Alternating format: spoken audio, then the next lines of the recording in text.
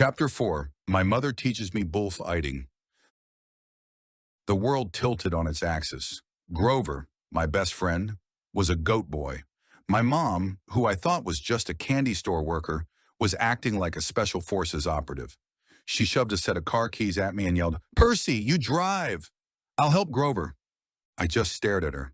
"I can't drive, I'm 12. She didn't miss a beat. She grabbed Grover, who was moaning and holding his leg, and hauled him toward our '78 Camaro. I scrambled after them, my mind a whirlpool of confusion and fear. We piled in, my mom behind the wheel, and she peeled out of the muddy driveway, spraying gravel and sand into the night.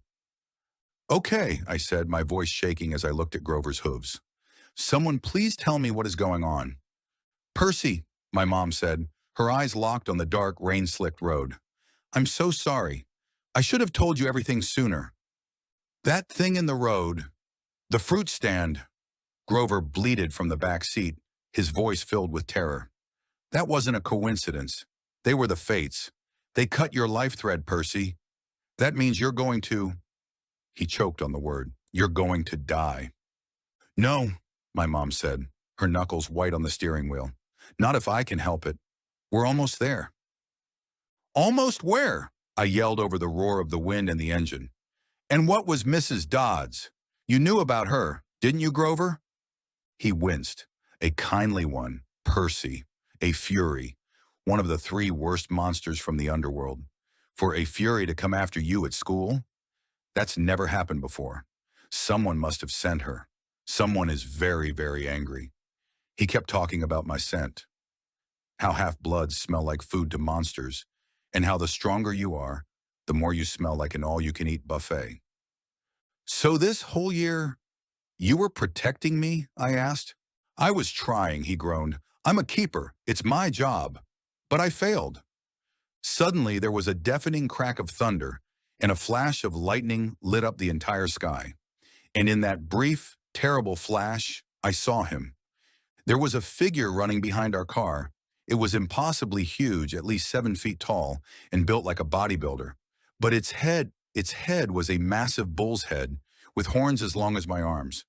It was the Minotaur, the monster from the stories Mr. Brunner told us, the monster that lived in the labyrinth, and it was gaining on us. "Mom!" I screamed. She floored it. The Camaro fishtailed on the wet asphalt, but the creature was faster. It let out a roar that shook the car, a sound of pure rage.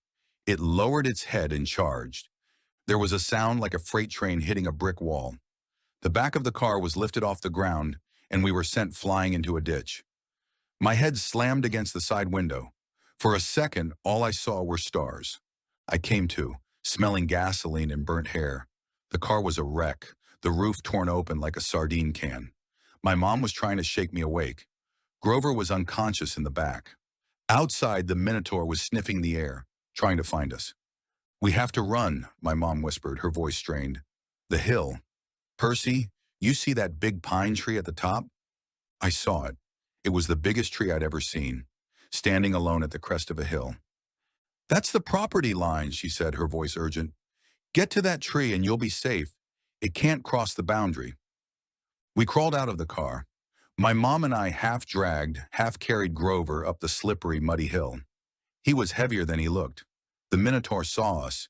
It roared again and started climbing, its hooves digging into the earth. It was coming for me. We were only halfway up the hill, and it was already just a few yards away. We weren't going to make it. All three of us were going to die. My mom must have realized it at the same second I did. She shoved me hard, sending me stumbling forward. "Go, Percy!" she screamed. "Run!" She turned to face the monster. She stood there, a lone, defiant figure in the pouring rain, and spread her arms. "Get away from my son!" The Minotaur didn't even hesitate. It charged her. Its massive hand closed around her throat, lifting her off her feet. She struggled, kicking, trying to break free. She looked at me one last time, her eyes full of love. And then she wasn't there anymore. She dissolved, not into dust, but into a shimmering golden shower of light that faded into the rain. She was just gone. Something inside me broke. A roar of pure rage ripped from my throat. I wasn't scared anymore. I was going to kill this thing. I took off my bright red jacket. "Hey, beefhead!" I screamed, waving the jacket. "Ground beef!" The monster turned to me, sniffing the air. I waved the jacket again, like a matador. It snorted, pawed the ground, and charged. I waited until the last possible second, then jumped to the side. The Minotaur, unable to stop, slammed headfirst into the giant pine tree with a sickening crunch. It was stunned. I scrambled forward, leaped onto its back, and grabbed one of its horns with both hands. I pulled with all my might. The monster thrashed, trying to throw me, but I held on, adrenaline surging through me. There was a wet cracking sound, and the horn broke off in my hands. It threw me to the ground. I landed hard, but I held on to the horn. It was a jagged, heavy piece of bone. The Minotaur turned on me, its eyes full of pain and rage. It lowered its head to gore me.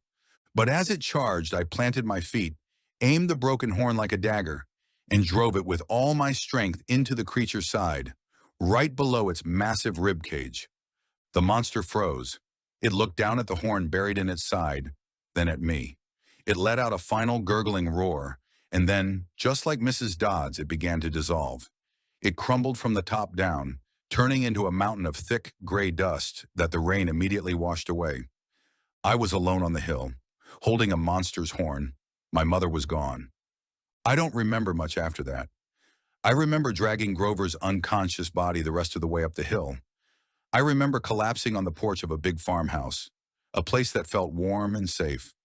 I remember seeing a girl with curly blonde hair, a girl I felt I should know, and then I saw a familiar face sitting in a wheelchair on the porch, looking down at me with an expression that wasn't disappointment anymore. It was relief. It was Mr. Bruner. And then my world went completely black. End chapter 4. Comment suggestions for what we should show on this channel.